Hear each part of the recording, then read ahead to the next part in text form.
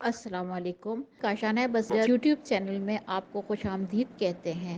یہ انتہائی مستند کتاب من لا یحضر الفقی آپ کی خدمت میں سیدہ نگہت زہرا بنت سید مسعود حسن نقوی کے ایصال ثواب کے لیے ان کے خاندان کی جانب سے بذریعہ کاشانہ بصیرت یوٹیوب چینل پیش کی جا رہی ہے۔ آپ سے گزارش ہے کہ آپ 3 دفعہ درود، 1 دفعہ الحمد، 3 دفعہ قل هو اللہ اور 3 دفعہ درود پڑھ کے 4 معصومین کو ہدیہ کریں اور اس کے وسیلے سے جو ثواب ملے وہ سیدہ نگہت زہرا بنت سید مسعود حسن رضوی کو بخش دیں۔ آپ سے گزارش ہے کہ اگر آپ نے ہمارے چینل کو سبسکرائب نہیں کیا ہے تو اس کو سبسکرائب کریں تاکہ چینل میں موجود 100 سے زائد انتہائی مستند کتب اور آنے والی مستند کتابوں سے آپ استفادہ کر سکیں۔ اگر آپ چاہتے ہیں کہ آپ بھی کسی کتاب میں اپنے کسی مرحوم کا نام شامل کروائیں یا کسی بیمار کے لیے دعا کے لیے کہیں تو آپ کومنٹ باکس میں اس کا نام چھوڑ دیں تو انشاءاللہ ہم اس کو بھی ایڈ کریں گے۔ التماس سے دعا، امید ہے کہ آپ بھی ہمارے اس کاروان کا حصہ بنیں گے۔ بسم اللہ الرحمن الرحیم۔ السلام علیکم سامعین، امید ہے آپ سب خیریت سے ہوں گے۔ ہم کاشانہ بصیرت کے یوٹیوب چینل پر جس کتاب کو مل کر آج کل پڑھ رہے ہیں اس کا نام ہے من لا یحضر الفقی، کہ جس کی جلد 2 ہم پڑھ رہے ہیں۔ جلد اول ہم پڑھ چکے ہیں جو کہ اپلوڈ ہو چکی ہے۔ آپ جب سننا چاہیں کاشانہ بصیرت کے یوٹیوب چینل کے اوپر جا کے پلے لسٹ میں تلاش کیجئے، آپ کو مل جائے گی۔ اور یہ جلد 2 میں ہم پہنچے ہیں ریڈنگ کے پارٹ نمبر 23 پر، اور یہاں کیا کچھ پڑھنے جا رہے ہیں آئیے تھوڑا سا آپ کو خاکہ بتاتی چلوں، صرف بلٹ پوائنٹس بتا دوں۔ ہم پڑھیں گے مسافر کے پیچھے کچھ دور جانا، اس کو رخصت کرنا، اس کے لیے دعا کرنا، یہ ٹاپک ہے۔ اس حوالے سے جو بھی احادیث ہیں ائمہ علیہم السلام کی، پھر اس کے بعد ہم دیکھیں گے تنہا سفر کرنے والے کو کیا کہنا چاہیے، اس کے بعد تنہا سفر کرنے کی کراہت، اس کے حوالے سے بھی جانیں گے۔ اس کے بعد اگلا باب ہے رفیقان سفر میں ہر ایک پر دوسرے کا حق واجب ہے، اس کو بھی پڑھیں گے۔ پھر سفر میں حدی و شیرخوانی، ہے دال چھوٹی حدی و شیرخوانی، اس کے بعد سفر میں زاد راہ کی حفاظت، سفر میں توشہ دان لے کر جانا، اس کے بعد ایک اور ہیڈنگ ہے وہ سفر جس میں توشہ دان ساتھ لینا مکروہ ہے۔ پھر ہے جی سفر میں توشہ، اور اس کے علاوہ سفر میں اسلحے اور آلات حرب و ضرب لے کر جانا، اور اس کے علاوہ یہ بھی میرے خیال ہے نہیں، یہ ہم اگر ٹائم ہوا تو آگے چلیں گے، یعنی سرحد کی حفاظت کے لیے گھوڑا پالنا سب سے پہلے جس نے اس پر سواری کی، یعنی سواری سے ریلیٹڈ یہ سب کو چل رہا ہے، یہ ہم دیکھیں گے۔ مزید اگر کوئی رہ گئے ٹاپک تو پھر میں جیسے ہم آگے چلیں گے تو ہم اس کو ایڈ کر لیں گے۔ تو آئیے اب باقاعدہ ہم ریڈنگ کا آغاز کرتے ہیں۔ کچھ تو آپ کو علم ہو گیا کہ ہم کیا کچھ پڑھنے جا رہے ہیں، آپ کی جستجو میں بھی اضافہ ہو گیا ہوگا اور شوق میں بھی۔ آئیے اب سب سے پہلا جو میں نے باب بتایا تھا کہ مسافر کے پیچھے کچھ دور جانا، اس کو رخصت کرنا، اس کے لیے دعا کرنا۔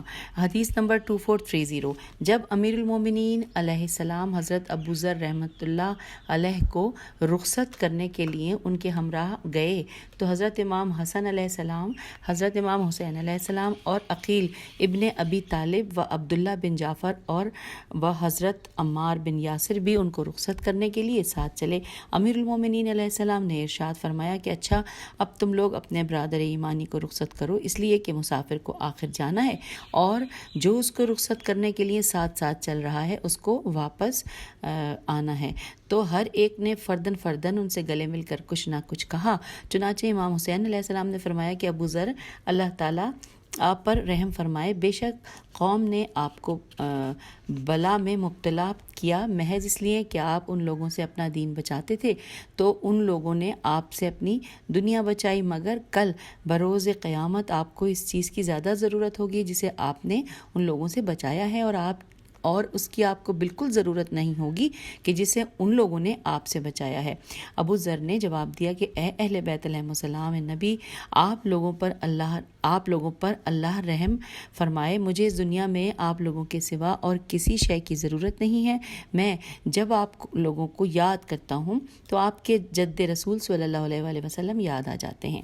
اب اگلی حدیث ہے 2431، اور رسول اللہ صلی اللہ علیہ وآلہ وسلم جب مومنین کو رخصت کرتے تو فرمایا کرتے کہ اللہ تعالیٰ تم لوگوں کے لیے تقوی کو زیادہ سفر بنائے، ہر نیکی اور خیر کی طرف تمہیں متوجہ رکھے، تمہاری تمام حاجتیں پوری کرے، تمہارے لیے تمہارے دین و دنیا کو سلامت رکھے اور تمہیں سلامتی کے ساتھ سلامت رہنے والوں کے پاس واپس پہنچائے۔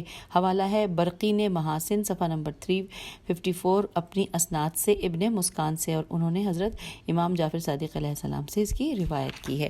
اب آئیے اگلی حدیث کی جانب۔ لکھا ہے کہ اور ایک دوسری حدیث میں کہ جو کہ امام محمد باقر علیہ السلام سے ہے کہ آپ علیہ السلام نے فرمایا کہ رسول اللہ صلی اللہ علیہ وآلہ وسلم جب کسی مسافر کو رخصت فرماتے تو اس کا ہاتھ پکڑتے اور فرماتے اللہ تمہیں بہترین ہم سفر عطا کرے اور تمہاری مکمل معاونت اور مدد کرے، سنگلاخ زمین کو تمہارے لیے نرم کرے، تمہاری بعید منزل کو قریب کرے اور ہر مہم میں تمہاری مدد فرمائے، تمہارے دین اور تمہاری امانت کی حفاظت کرے، تمہیں ہر خیر کی طرف متوجہ رکھے۔ تم پر لازم ہے کہ اللہ سے ڈرتے رہو، میں تمہیں اللہ کی سپردگی میں دیتا ہوں، جاؤ اللہ تعالیٰ تمہیں یہ سفر مبارک کرے۔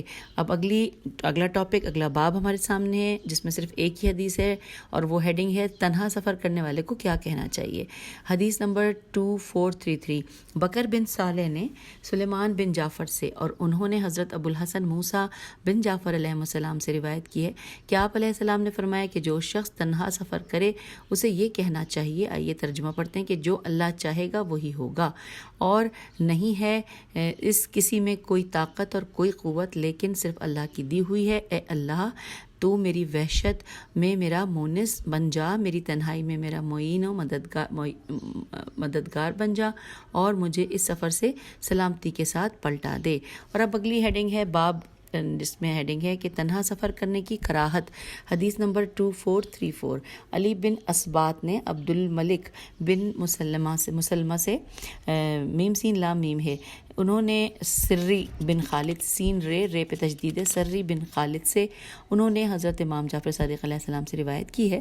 آپ علیہ السلام نے بیان کیا کہ ایک مرتبہ رسول صلی اللہ علیہ وآلہ وسلم نے ارشاد فرمایا کہ کیا میں تم لوگوں کو آگاہ کروں کہ برا شخص کون ہے؟ لوگوں نے عرض کیا جی ہاں یا رسول اللہ۔ تو آپ صلی اللہ علیہ وآلہ وسلم نے فرمایا کہ جو شخص تنہا سفر کرے اور لوگوں کا تحفہ اور ہدیہ لینے سے انکار کرے اور اپنے غلام کو بلا قصور مارے۔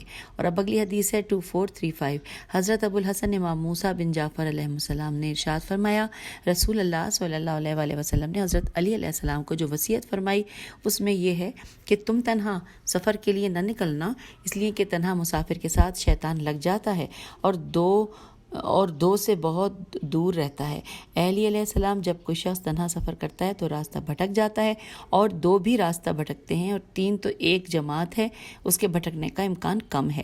اور بعض نے روایت کی ہے کہ آپ علیہ السلام نے فرمایا کہ تین ہمراہ ہوں تو واقعی سفر ہے۔ اور اب اگلی حدیث ہے 2436، ابراہیم بن عبد الحمید نے حضرت موسیٰ ابن جعفر علیہ السلام سے روایت کی ہے کہ رسول اللہ صلی اللہ علیہ وآلہ وسلم نے تین شخصوں پر لعنت کی ہے، ایک اس کھانے والے پر جو حد سے زیادہ کھا جائے، دوسرے اس سونے والے پر جو کسی گھر میں اکیلا سوئے، تیسرے اس پر جو صحرا میں اکیلا سفر کرے۔ اور اب اگلی حدیث ہے 2437 نمبر ہے، محمد بن سنان نے اسماعیل بن جابر سے روایت کی ہے، اس کا بیان ہے کہ ایک مرتبہ میں مکے کے اندر حضرت امام جعفر صادق علیہ السلام کی خدمت میں حاضر تھا کہ ایک شخص مدینے سے آپ علیہ السلام کے پاس آیا۔ آپ علیہ السلام نے فرمایا کہ تمہارے ساتھ اور کون تھا؟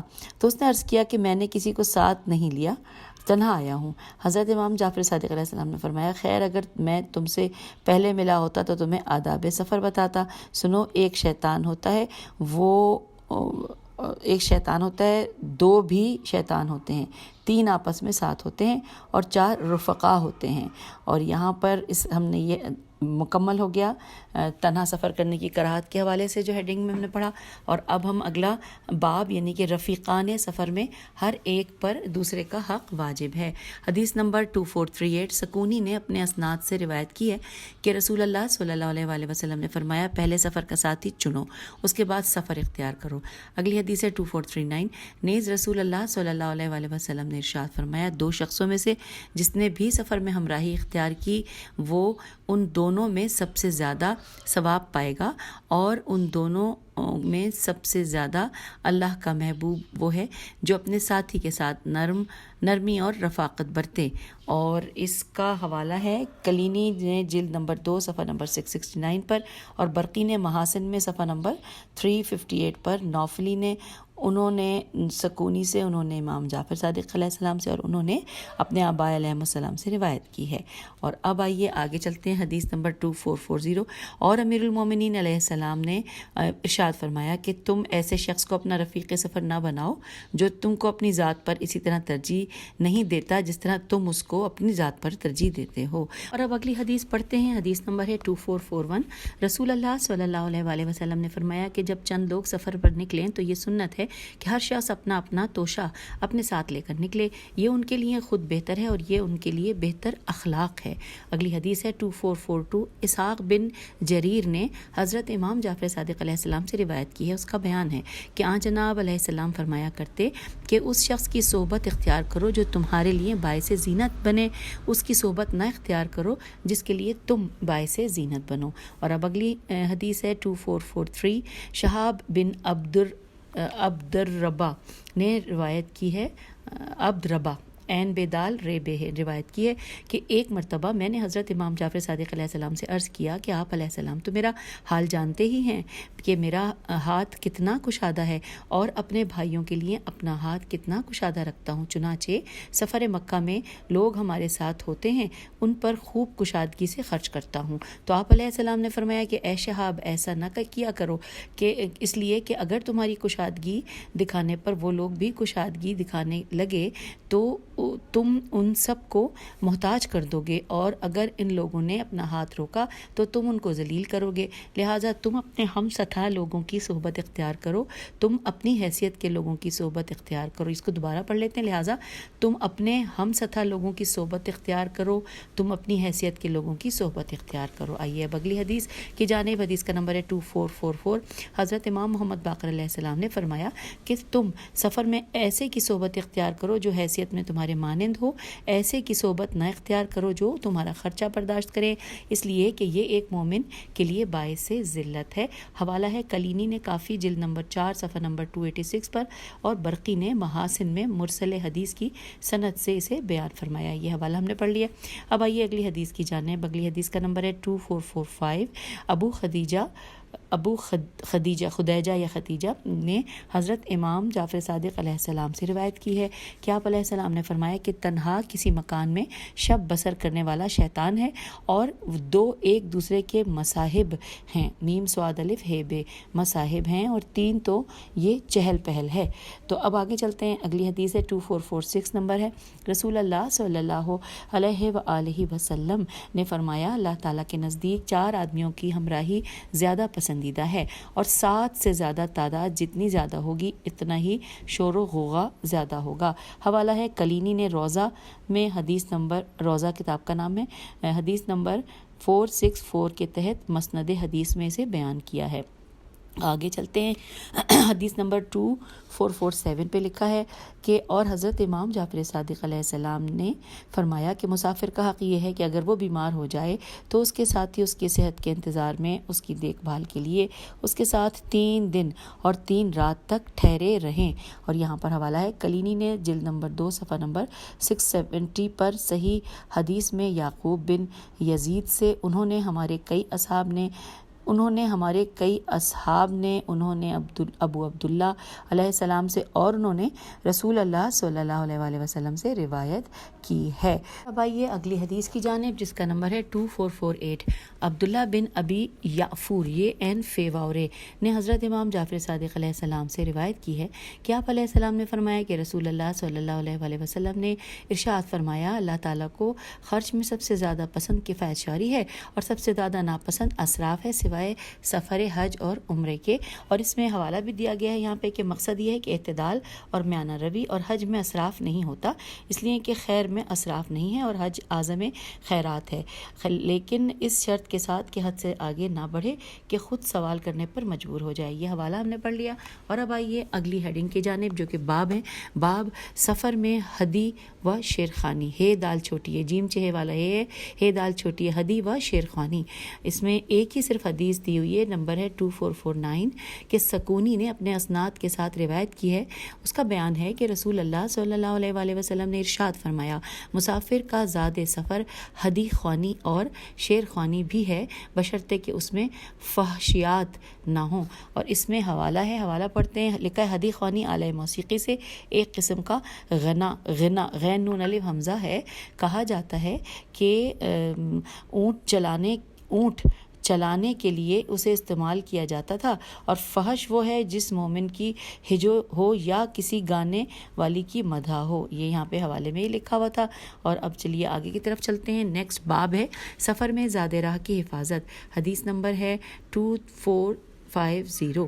صفوان جمال سے روایت کی گئی ہے کہ اس کا بیان ہے کہ ایک مرتبہ میں نے حضرت امام جعفر صادق علیہ السلام سے عرض کیا کہ میرے ساتھ میرے اہل و عیال بھی ہیں اور میں حج کا ارادہ رکھتا ہوں، تو کیا اپنے خرچ کے لیے نقدیات اپنی کمر میں باندھ لوں؟ تو آپ علیہ السلام نے فرمایا کہ ہاں، اس لیے کہ میرے پدر بزرگوار علیہ السلام فرماتے تھے کہ اپنے خرچے کی حفاظت مسافر کی قوت ہے۔ اب اگلی حدیث ہے 2451۔ علی بن اسبات، الف سین بے الف تو اسبات نے اپنے چچا یعقوب بن سالم سے روایت کی ہے۔ اس کا بیان ہے کہ میں نے حضرت امام جعفر صادق علیہ السلام سے عرض کیا کہ میرے پاس بہت سے درہم ہوتے ہیں جن میں تصویریں بنی ہوتی ہیں، جب میں احرام باندھتا ہوں تو ان دراہم کو ایک ہمیانی ہے میم یہ الف نون چھوٹی ایک ہمیانی میں رکھ کر کمر میں باندھ لیتا ہوں۔ تو آپ علیہ السلام نے فرمایا کہ کوئی حرج نہیں ہے، یہ تمہارا خرچہ ہی تو ہے جس پر خدا کے بعد بھروسہ رکھتے ہو۔ اور اب اگلا باب ہے، ہیڈنگ کیا ہے کہ سفر میں توشہ دان لے کر چلنا۔ اس کے حوالے سے جانتے ہیں، 2 احادیث دی گئی ہیں۔ حدیث نمبر 2452 پہ لکھا ہے کہ حضرت امام جعفر صادق علیہ السلام نے ارشاد فرمایا کہ جب تم سفر کرو تو تمہارے ساتھ تمہارا ناشتہ دان ہو جی، جس میں طرح طرح کے لذیذ کھانے ہوں۔ اگلی حدیث ہے کہ 2453 نمبر ہے، جس کا کہ نصر خادم نون سوادرے نصر خادم سے روایت ہے کہ ایک مرتبہ حضرت عبدالصالح ابو الحسن موسیٰ بن جعفر صادق علیہ السلام نے ایک توشہ دان رکھا کہ جس پر پیتل کا ڈھکنا تھا، تو آپ علیہ السلام نے فرمایا کہ اس کو ہٹاؤ اور اس کی جگہ لوہے کا ڈھکنا رکھو، اس لیے کہ اس میں جو کچھ ہے اس کے قریب کیڑے مکوڑے نہیں آئیں گے۔ اور اب آئیے اگلی ہیڈنگ، اگلا باب لکھا ہے کہ وہ سفر جس میں توشہ دان ساتھ لینا مکروہ ہے۔ حدیث نمبر ہے، اس میں بھی 2 احادیث سے ہم مشرف ہوں گے۔ حدیث نمبر 2454 پہ ہے، لکھا ہے کہ حضرت امام جعفر صادق علیہ السلام نے اپنے کسی صحابی سے کہا کہ کیا تم لوگ حضرت امام حسین علیہ السلام کی قبر پر زیارت کے لیے جاتے ہو؟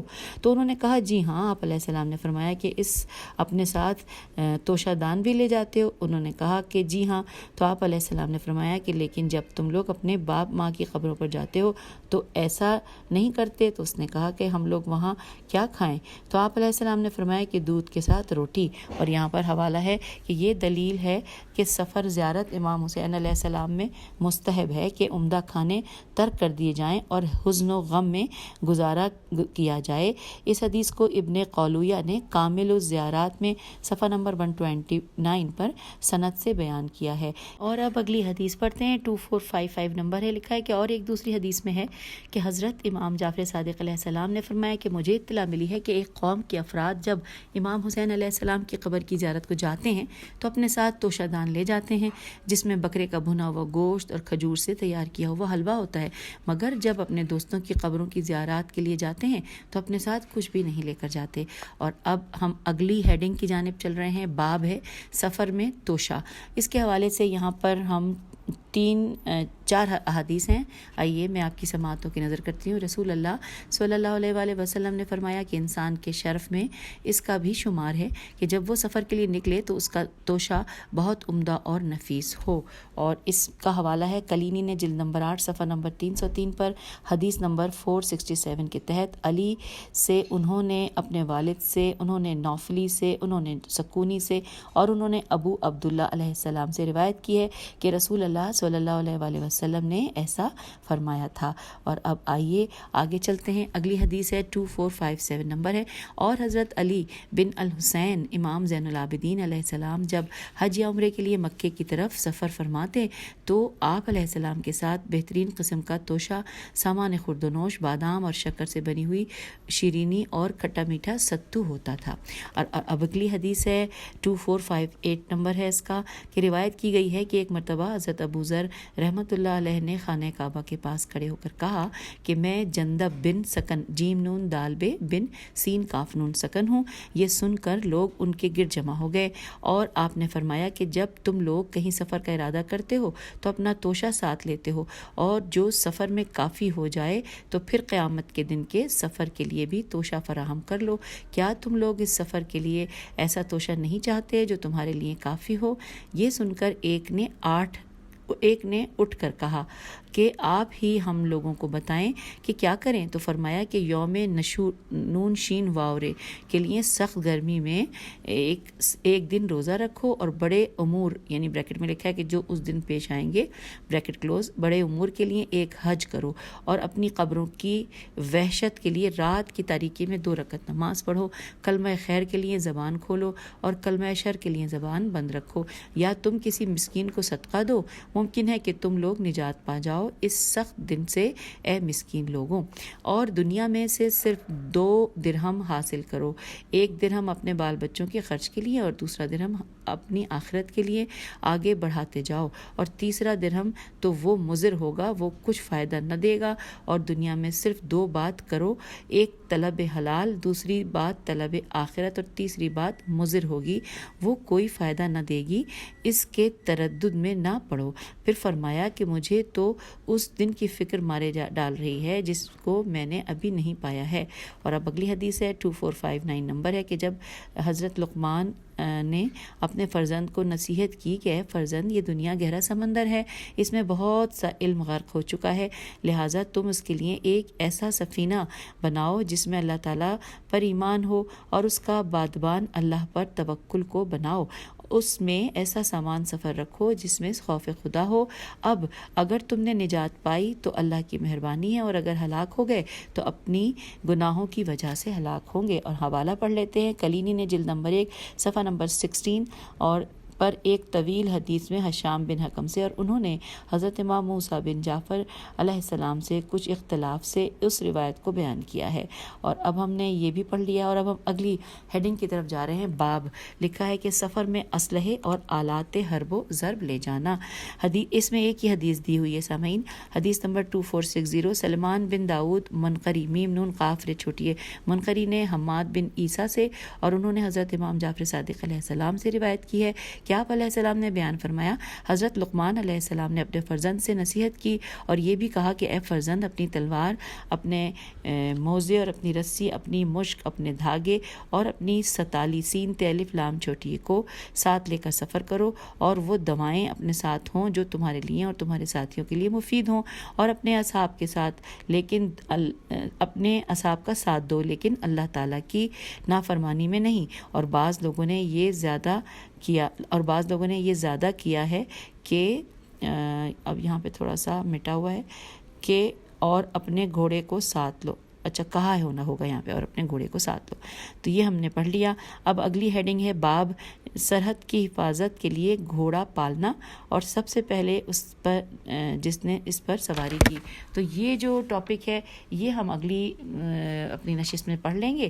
میں 2-3 جو پڑھوں گی اگلے نشست میں وہ بھی بتا دیتی ہوں. ایک تو یہ بھی بتایا، دوسرا گھوڑے کا حق اپنے مالک پر، پھر وہ باتیں جن سے جانور بھی بے خبر نہیں، اس کے بعد گھوڑے پر خرچ کرنے کا ثواب، اس کے بارے میں بھی پڑھ لیں گے. پھر گھوڑے کے دونوں اگلے پاؤں چھپے ہوئے حصے میں پیوند نما داغ کا سبب، یہ سبب بھی جانیں گے، جانوروں کی اچھی طرح دیکھ بھال، پھر اونٹ کے متعلق احادیث، پھر یہ ساری چیزیں ہم انشاءاللہ، اور بھی بہت کچھ ہے، بہت کچھ پڑھنے کو مل رہا ہے۔ تو اب اس نشست سے اجازت چاہتے ہیں، ہم انشاءاللہ اگلی نشست میں ملیں گے۔ اپنا بہت خیال رکھیے گا، خدا حافظ، فی امان اللہ۔